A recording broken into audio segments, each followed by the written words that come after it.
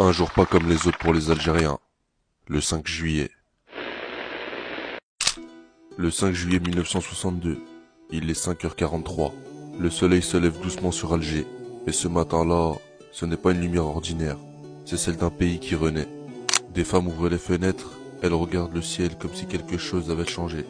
Et elles ont raison. Quelque chose a changé. L'Algérie est libre. Il est 7h12. Les premières foules se rassemblent. Pas pour protester, pas pour fuir, mais pour célébrer, pour respirer, pour pleurer, enfin de joie. Les you-you montent au ciel comme des prières, des hommes embrassent la terre, des vieillards s'effondrent en silence. Ils ont attendu toute leur vie pour voir ce jour. Il est 10h15, on hausse le drapeau, vert, blanc, rouge.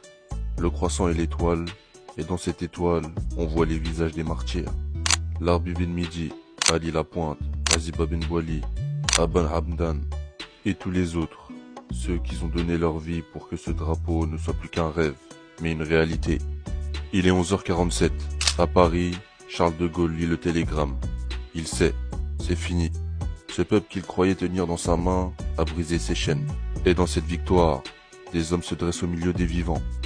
Ahmed Ben Bella, premier président de l'Algérie indépendante, le regard droit, le cœur vaste, un rêve dans chaque mot.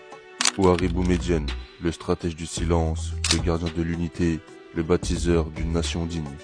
Abdelaziz Bouteflika, jeune voix de la diplomatie, défend déjà l'Algérie sur la scène du monde, à 25 ans. Et déjà, l'histoire lui tend l'oreille. Il est 14h23.